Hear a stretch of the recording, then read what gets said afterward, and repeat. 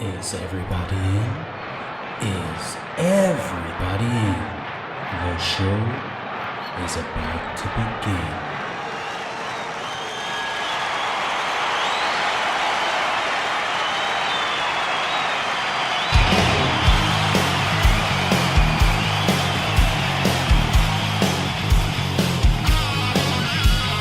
Welcome to the podcast, Conscience that made us. Interviews and stories, tales from the bus. We love taking you back to when it all went down. The greatest live shows and that cheering crowd sound. It's concerts that made us, concertsthatmadeus.com.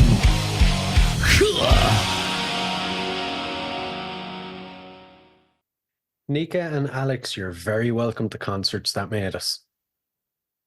Thank you so much. Hello there.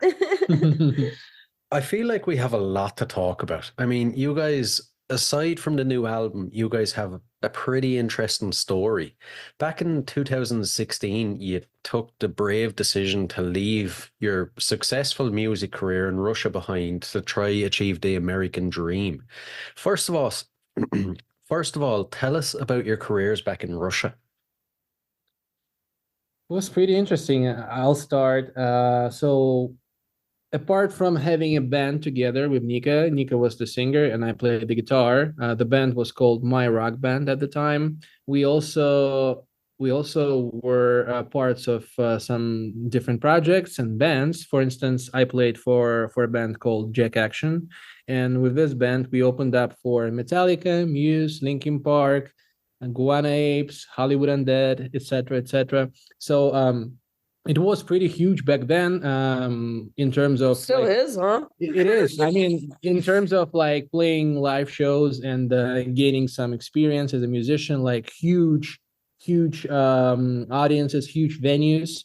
And Nika was she was doing the backing vocals for another pretty big band, pretty big punk rock band, Russian, yeah, called band. Tarakani.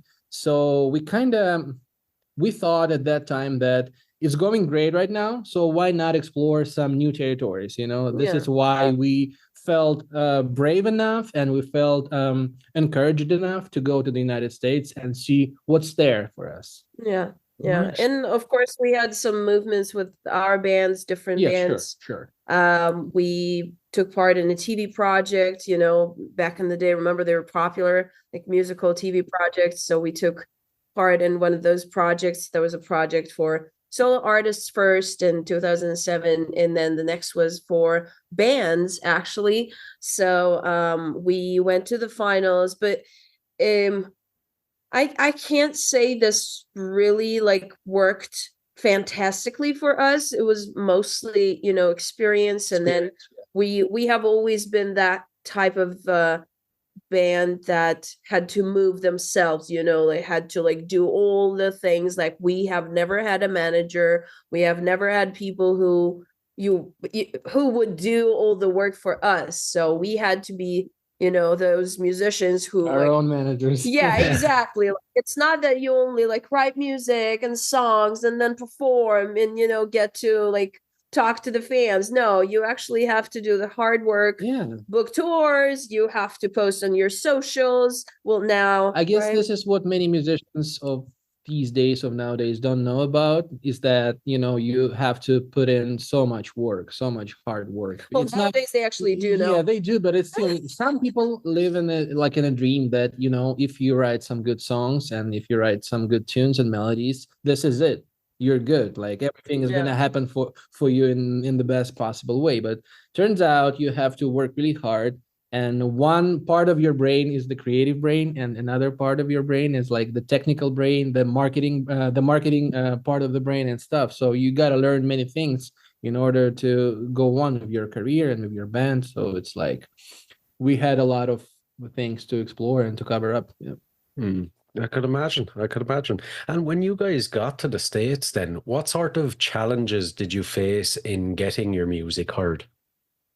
Oh man, it was very difficult because well, first of all, we pretty much didn't know anyone. We were classical immigrants, Yeah. So we knew like literally a few people from back in Moscow. Obviously, they were Russian speaking.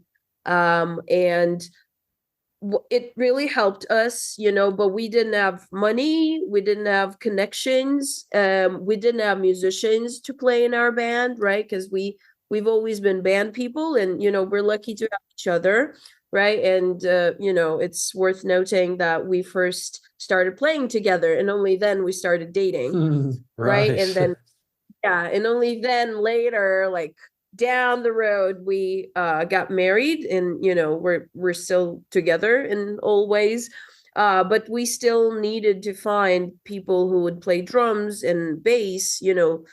It's basically about starting over again, like from scratch. Like you. But we were lucky to have the material, so we had the songs, we had the backing track, the computer. So what we needed was a drummer and a bassist, and we found 2 Russian-speaking people at first. I would say, to kind of like, long story short, to sum it up, I would say the challenge was finding the musicians that would match our level, because once you go perform at arenas and you're like the top-notch musician in your country, and then in America, obviously you can't afford to pay top-notch musicians to play in your band, right? So you have to find that perfect balance of like people who are ready to invest their time into the band and who are good at the same time. So that was the first challenge music-wise. And then in all other fields, I would say, of course, the challenge was, to get legal, right? Which was the biggest challenge, and which lasted up until 2020. Yeah. Well, actually, even later, because like it took us years to get legal. And what happened to us, again, like a few years in, we learned that we had been out of status. So unintentionally, we became illegal immigrants, and we didn't even know about that. Yeah. And that was something that we learned when it had been, it had been 2 years and nothing was moving, and we had been working with a lawyer, and then an investor was interested in working with us. So obviously we needed to sign an agreement, and we would to make the money back, right? So for that, we would need to be able to legally work in the United States. And that was the moment when we had to find a new lawyer. And they told us like, oh, you guys had been illegal for quite a while now. So imagine the shock. Oh my God. So the second you leave the country, you're going to face the 10 years ban from entering the country. So it's like, we were very stressed out because of that. And at the same time, we were doing good, like musically in the United States. So we were touring, we had a solid band, we had a nice live performance, like visual wise, like the lyric videos on stage, and like lights, everything. So we were a professional band who would love to go on tour and perform, and take it to the next level, but our legal status was against us. So of course, to pay for all the legal expenses, you need to work and like invest money both in the legal questions and into the band, and to provide for yourself, like we all do, right? Like rent and food, all that stuff.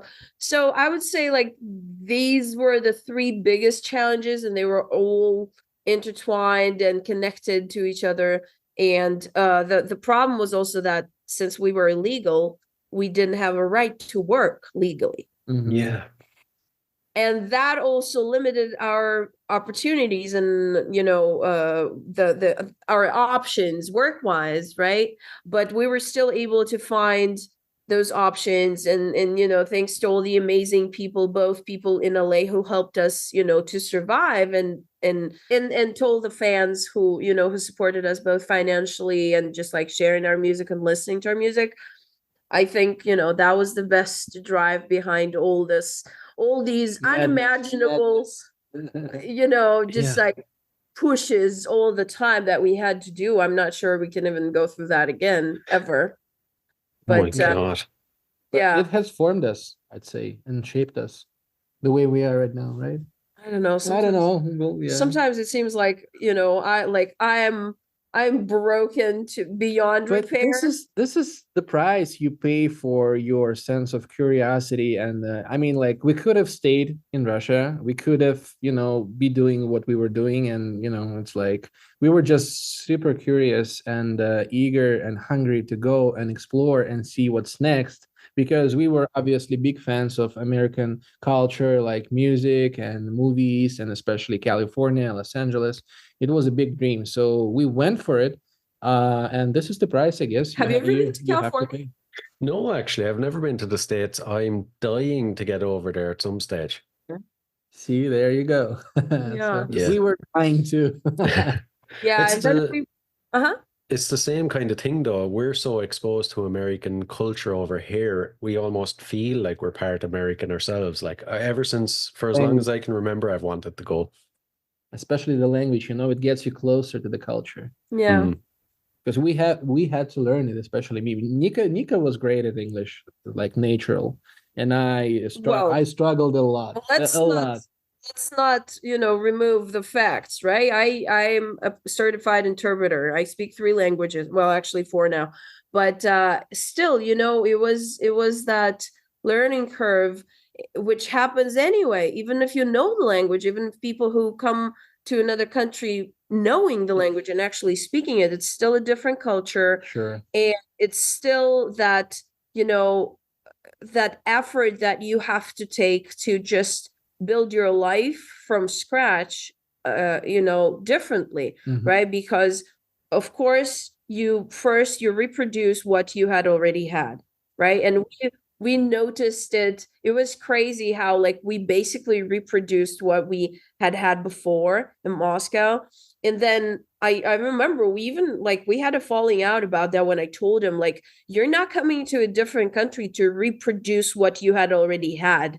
You are coming somewhat better. Yeah. You have to, like, understand you achieve a certain level, and then you have to figure out how you can move on and build upon what you have already learned, right? So for us, I guess the next level was starting to travel and become some kind of like the musicians of Bremen. I don't know if you have heard. No. Well, it's something that I thought was coming like from like German tales, Just the traveling musicians, Grimm brothers. Yeah. So anyway, like the musicians that travel and that are not like linked to a certain place, because that's what has always scared us, to be that one person who like works 9 to 5 and only plays in a band, for holidays, or like to get to the garage. Yeah, in the garage, and plays a show like once in 6 months. And don't get me wrong, I don't see anything bad in it for other people who, it's cool. who are happy. That is your goal. Yeah. Exactly. Yeah, like if people are happy and they're doing it for fun and that's enough for them, just I'm for even us, jealous. the life happened the way that we saw so many great things in music, especially when you share the stage with Linkin Park or Muse or Metallica, and you see how big you've already gotten in this field, in this area. You want this to go on. You want this to be growing, and you want those expanding audiences to be yours. to be yours. Yeah. Not just because you open up for such great bands, but because you've achieved something yourself, and this audience is yours. Yeah. He's right. It's like there's a guy, the theater director Stanislavski, the Russian guy, and he once said, it's not the direct quote, but like, once you felt the, what is it called, the stage dust. The stage dust Right. are addicted to it. So it's like, it's impossible to forget about it. So like this is like a drug, you get addicted. That's for sure. That's for sure. Yeah. And something I'm intrigued by, and something I know my listeners and viewers will be intrigued by, is something we never get exposed to over here, is what is the Russian music scene like? Is it very vibrant? Is it similar to the American music scene? It's interesting because as of now, I am, as a blogger, I am okay, let me do the introduction. Sure. Go ahead. So last year, Alex, there was a series about a Russian band that inspired Alex to create his own band back in, back in the million days. years ago. Yeah, million years ago. So he recorded a video about the series, like just a short reel. Review, Yeah, just a short review, like mistakes in this series, because he's a hardcore fan. And so that started his YouTube channel, which has now gained almost 50,000 subscribers. Oh my God. Yeah, and well, that's his biggest resource as a Russian-speaking blogger, right? He is now making videos, like he does all types of videos for that channel, musical videos, and he talks about different bands. But of course, the core is that one band that inspired him, and the scene. So now Alex is going to tell you a little bit more about it scene. brings me the most of my traffic, but also like all of a sudden I was so pissed and annoyed by the fact that here in Tashkent everyone plays covers. Like you don't get to see any original music here, because like doesn't matter where you go, you see the cover bands, like one place or another. And I got so pissed that I officially announced that you guys can send me over your music and I'm gonna share it on my platform, because I'm so fucking pissed of like hearing Wicked Game or some It's My Life by Bon Jovi, great. They're not the worst. Great song, great Right.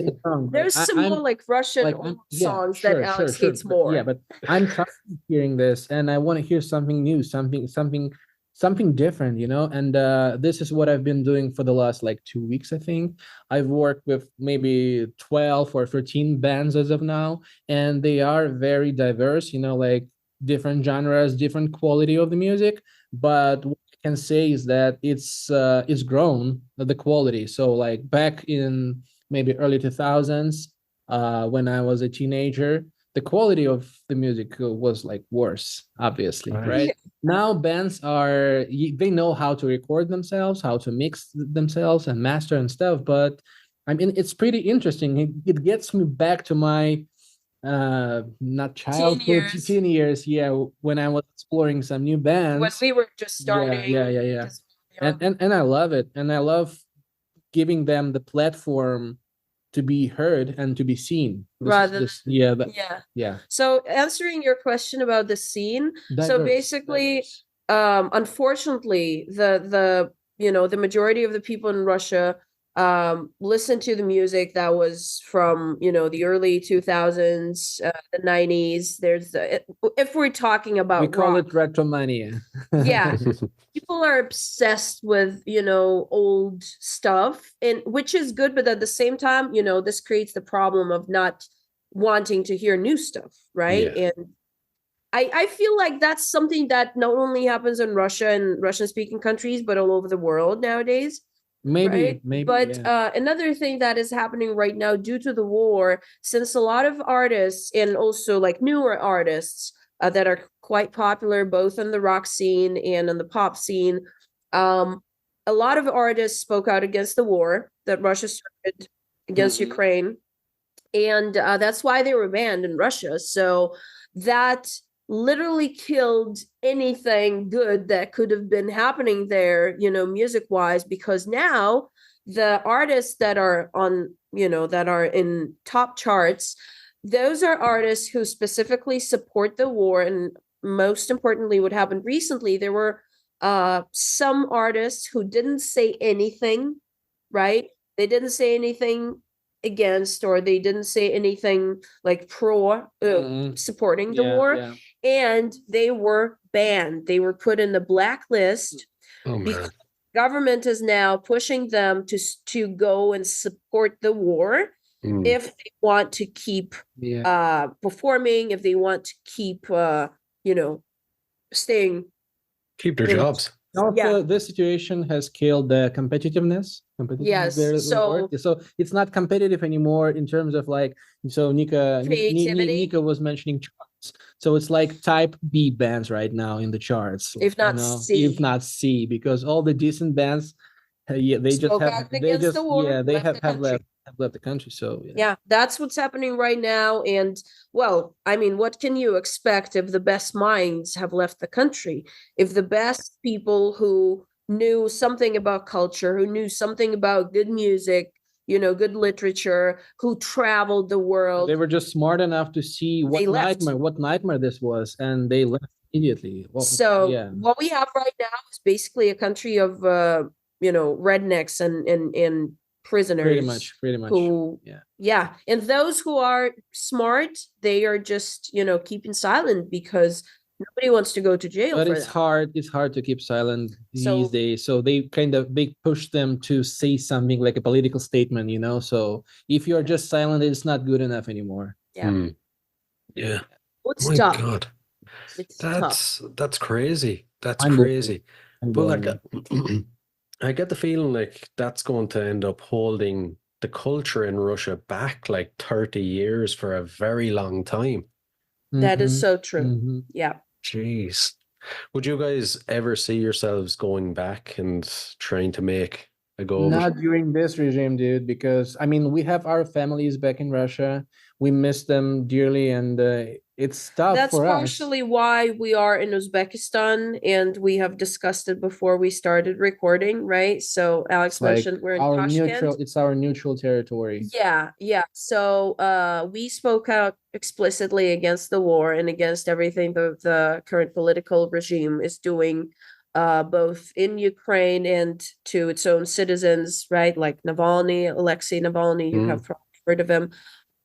So at this point, we're the traitors, and to be honest, we're proud to be the traitors of this regime. We're patriots. We would love to see the country where we were born, succeed and develop and grow into this beautiful cultural state. But unfortunately, it's not going to happen anytime soon unless, there's a revolution. And of course, well, we can't do anything, just the two of us. So the minimum we can do is create, our songs, though we have noticed that doesn't really work with people. The people brainwashed by the propaganda, they can't hear any arguments, that are different from what they hear every day on TV. And we just support the good, that's what we're about as musicians, as people. We're on the good side. We're Harry Potter, we're Frodo, Sam. Against Voldemort. Exactly. Yeah, we're nerds, and we love to stay just and fair, and that's what we're trying to do, at least, using our small resources, and trying to do the right thing. I like it. I suppose we better chat about your new album at some stage. It'd be a bit redundant if we'd done the whole podcast and didn't mention the album. Tell us all the details. Well, we have just released a new album that is called Illumination, Part 1, Inception. And I think everything that we have discussed so far adds up very nicely to the meaning of the album, to the songs that are on the album. We have one song that was inspired by Alexei Navalny. It's called Hero. We have songs that we wrote, in 2020. Yeah, so those songs were reflecting on the situation, like the post-COVID era, I'd say. So it's not like we were really talking about the war, because the record was ready in 2021, to be honest. And we were just looking for the label to release it, but somehow it speaks with the events that are happening right now today in the world. Yeah, and our main idea through this album, is to get the listener where they are at right now, which I think we're all kind of going through this, hard time, more or less, right? Going back and forth, like, oh, I think I'm better now. No, I'm still depressed, and everything sucks. So since we're human beings as well, and we're very susceptible to everything that's going on around us, we wanted to share that feeling and like let people know that we, they're not alone, and we feel the same. And then together, by the end of the album, we'll lift them up to giving them, probably a little bit of hope. Yeah, so you can say we specifically put all our sad songs in the beginning of the record. So it's Right. like you start with a dark mood, but Yeah. then you lift yourself up towards the light, and this is what our record is about, I guess. Yeah, that I think that's what we're about as a band too, right? Like, yeah, things suck. Yep.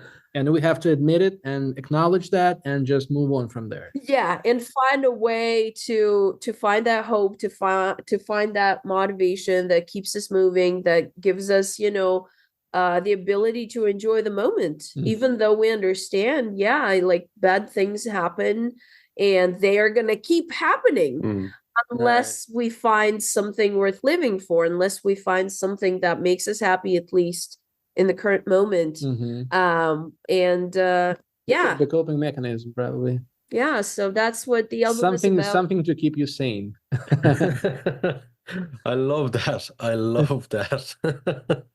And when you complete a body of work such as this album, then how do you look back on it in your mind? It was pretty challenged, I think. It's very interesting, because after we recorded this album and we did a little bit of label shopping. It was also a long wanted goal, we wanted so much, and by that moment we felt so burned out by everything that had happened before, and we didn't know like if there was any point in like moving forward at all, with everything happening around us. And then eventually we found Pavement Entertainment, with whom we released this album on March 1st.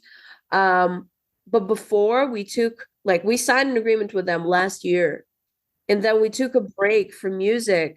We went to we went to Argentina. We lived in the forests in Colombia, and we were exactly like trying to see if we still got the juice. Yeah, if we can move on and do music and do the band and everything.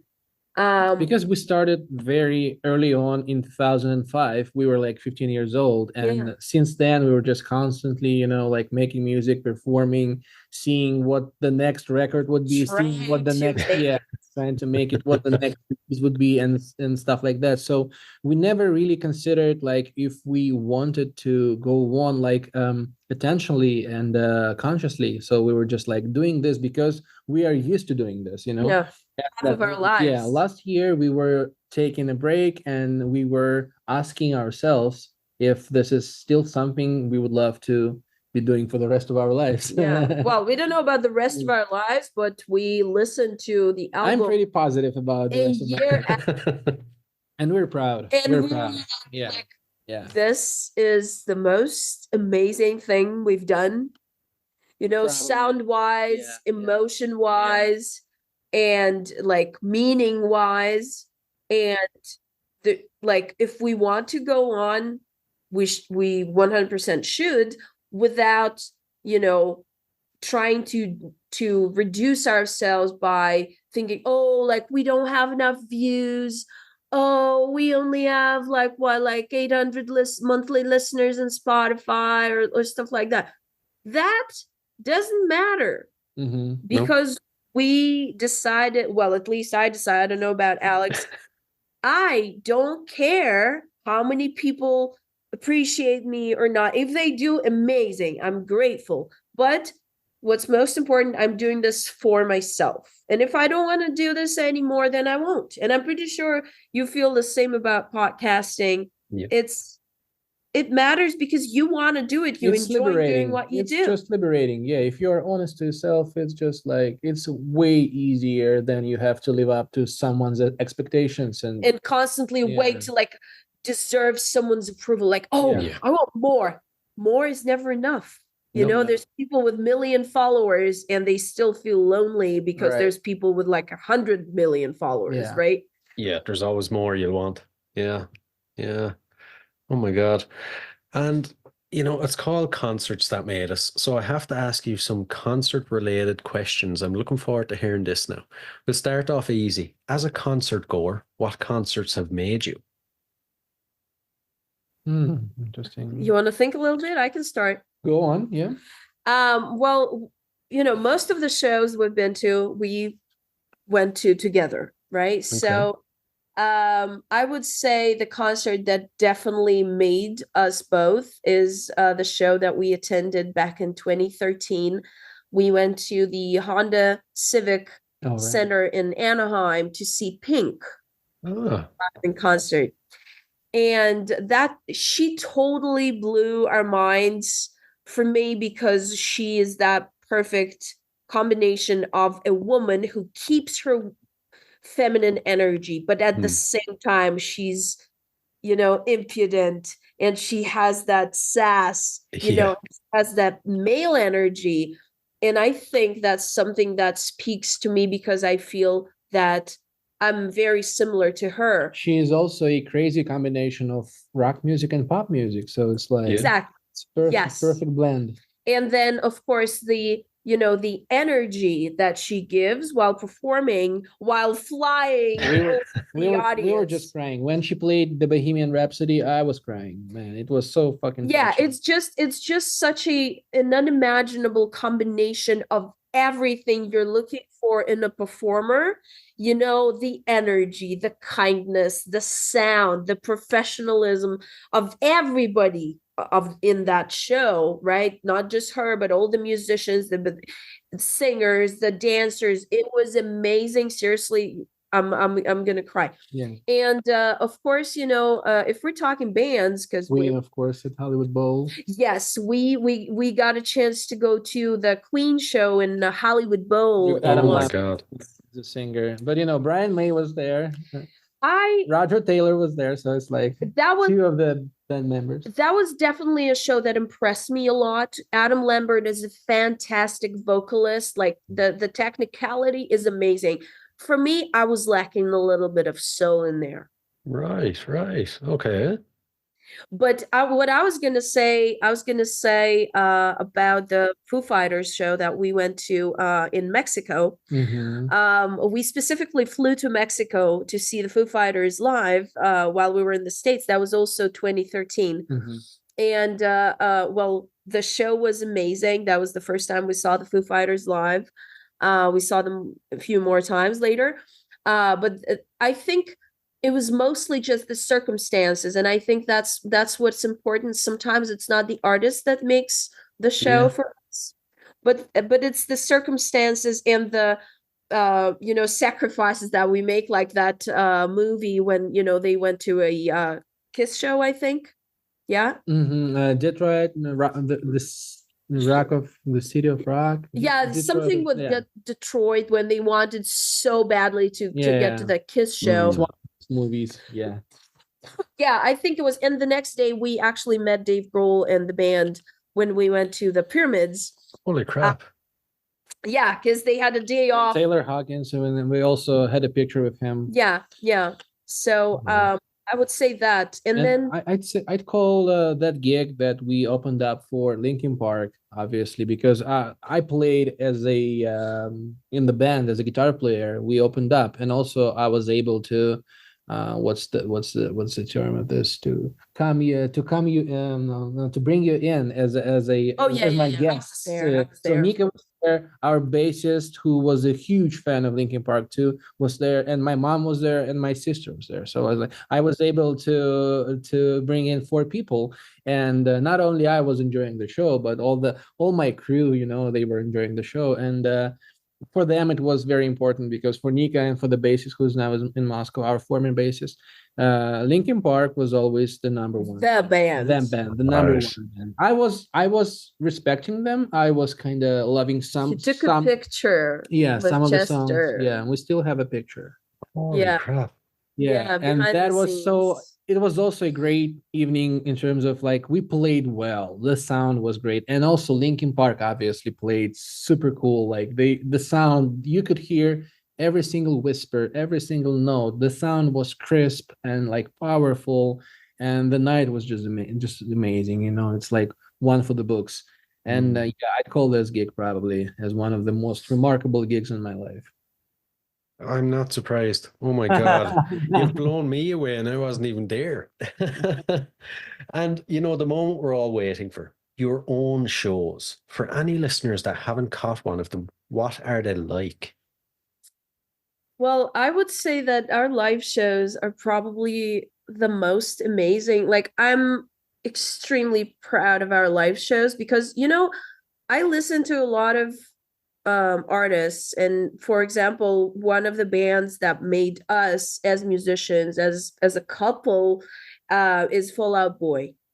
But when we made, Attending their show in Los yeah, Angeles. there was no energy. There was no Unfortunately. soul. Maybe they were Really? tired. Maybe they were on tour. We don't know, but it was just very boring and dull to see them live. I mean, the sound was awesome, obviously, but Yeah, Patrick sang his lungs out yeah, until but his lungs gave out. the energy was missing. And I think about us, we are capable of, if you are tired or if you are depressed or if you are in a sad mood and you're attending one of our shows, it gets you immediately. We turn the mood, like Yeah. we bring the energy, we bring the joyness, and the people start immediately feeling It's basically like better. a therapy session yeah. when you come to our shows, and that's what I always tell people. If you guys want the full impact of what's happening right now, you have to come closer. Yeah. And honestly, without, false shyness, I will say this. Remember that video that was viral a while ago when there's like the most talented and famous violin player In the Metro, playing New in York. New York Metro, Yeah. the most expensive violin in the world. People just pass by. That's what happens to us a lot, I would say. And people just don't understand. They're not used to seeing something so good happening in a small bar in somewhere, and that was partially why we wanted to start working with a label, because For some bigger crowds. for yeah. not because for our own, like, oh, I want bigger crowds. No, because our That'd be songs nice. and That'd our be live nice. performance is so good. We actually want to take it to the stage where people would be appreciative of that. Yeah, and we're also all about the energy. I mean, technicality, yes, of course. Nika is a very technical singer. Myself, I I'm not really after playing He's like being shy. shredding the solos and playing like a million notes in the second. I'm more about the show itself. I'm more The about the show. energy and the interaction with the audience. So I love that. So that's what's formed me as a musician, like the interaction, like Yeah. jumping and walking back and And forth. having an eye Yeah. contact, because we both hate watching musicians who are just focused on their Or instruments. pedal Yeah. board. Yeah, Pedal it's just boards. like, come on, guys. And we also dress up. Like, I want you guys to have fun, not just enjoy the music, which is important as well, right? But I want you to be a part of the show. And for that, I need you involved, all your senses, the visual, the audio, and the kinesthetic. I want you to move your butt, not just stand there and be like, okay, let me check you out there. It's for your own sake, because like the Yeah. more you give to us, the more you get back, and it's like True.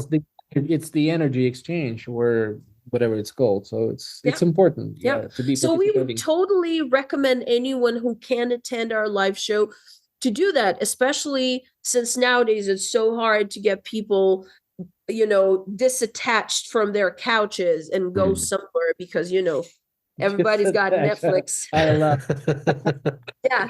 So it's really worth it. And we're really hoping to have a few tours booked. Right now, we're not in the States, as I said.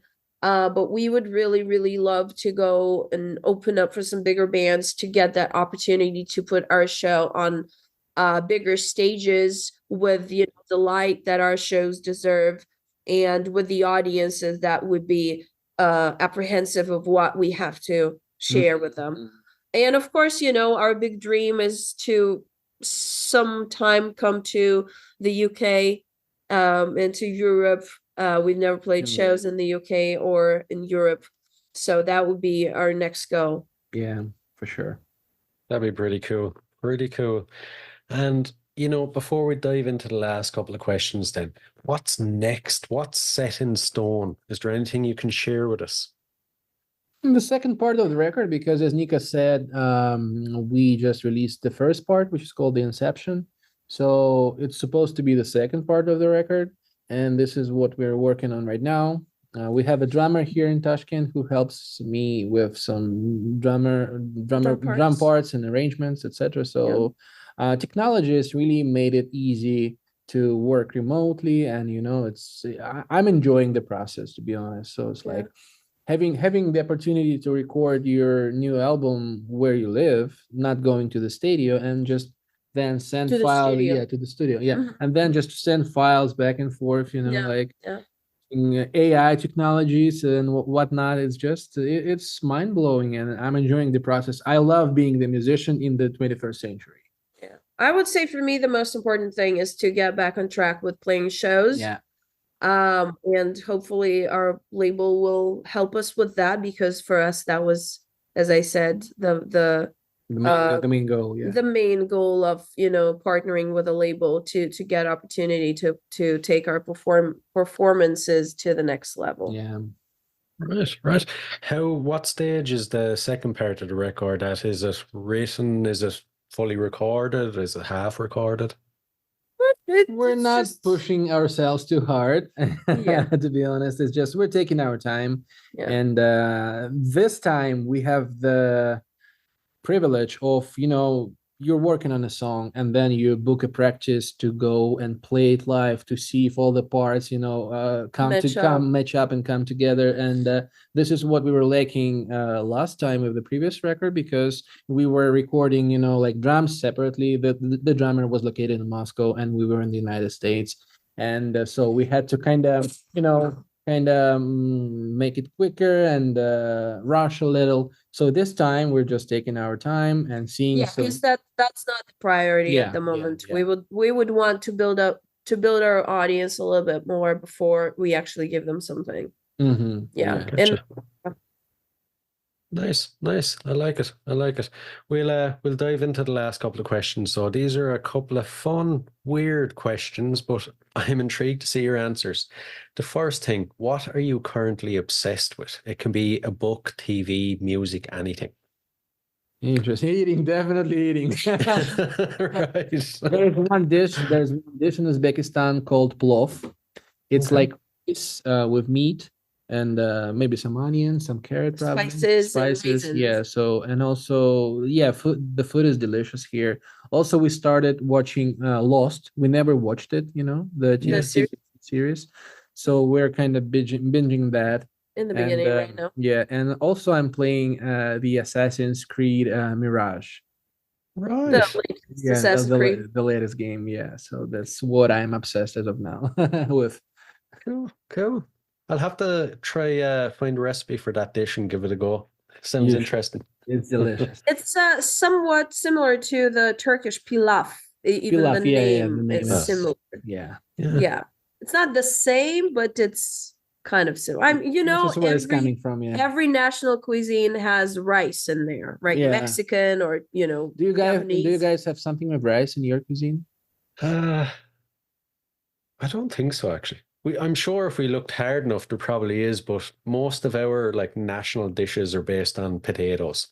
Lovely. Yeah, that's another one. I think rice is more like for southern cultures. It's more for northern cultures. The same in Russia. Peter the First brought in potatoes from Europe. You're from Netherlands, probably. Taken. Yeah. Interesting. The second question. If you had to spend 24 hours locked in a room with any musician from history, who would it be?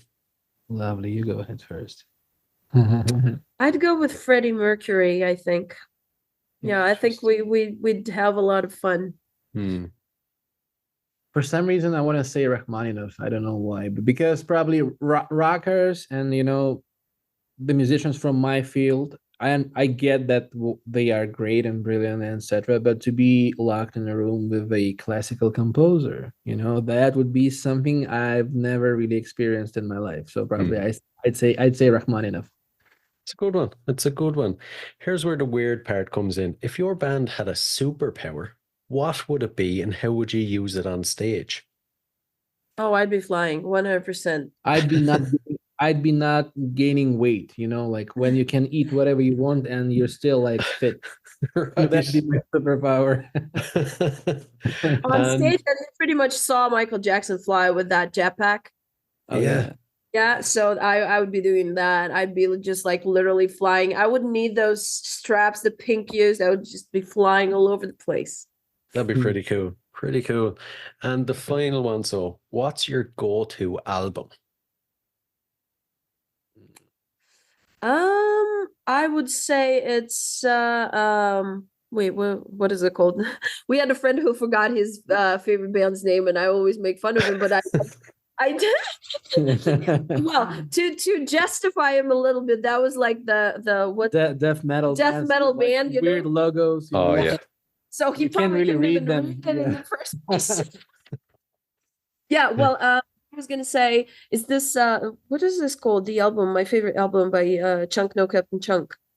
I don't remember the title, unfortunately. I think it's called either Get Lost, Find Yourself. Here we go. Chunk No Captain Chunk. So this is your final favorite record, right? Yeah. Mine would be, oh my God, there's so many. Okay, do you have another hour? Because that might take a while. Okay. Let it be Infinity on High by Fall Out Boy. Yeah. One of my favorite albums as well. Yeah. Yes. Great record. Not bad. Good picks there. Listen, guys, I have to say, this was so fun. I've enjoyed it immensely. You guys, you have a great dynamic. You're so fun to chat to. Thank you. Yeah, we had fun as well. Thank you for having us. And well, hopefully maybe one day we'll meet in person. Definitely. Maybe in Fingers Ireland crossed. or in the United States, who knows? Yeah, either or I'm happy with.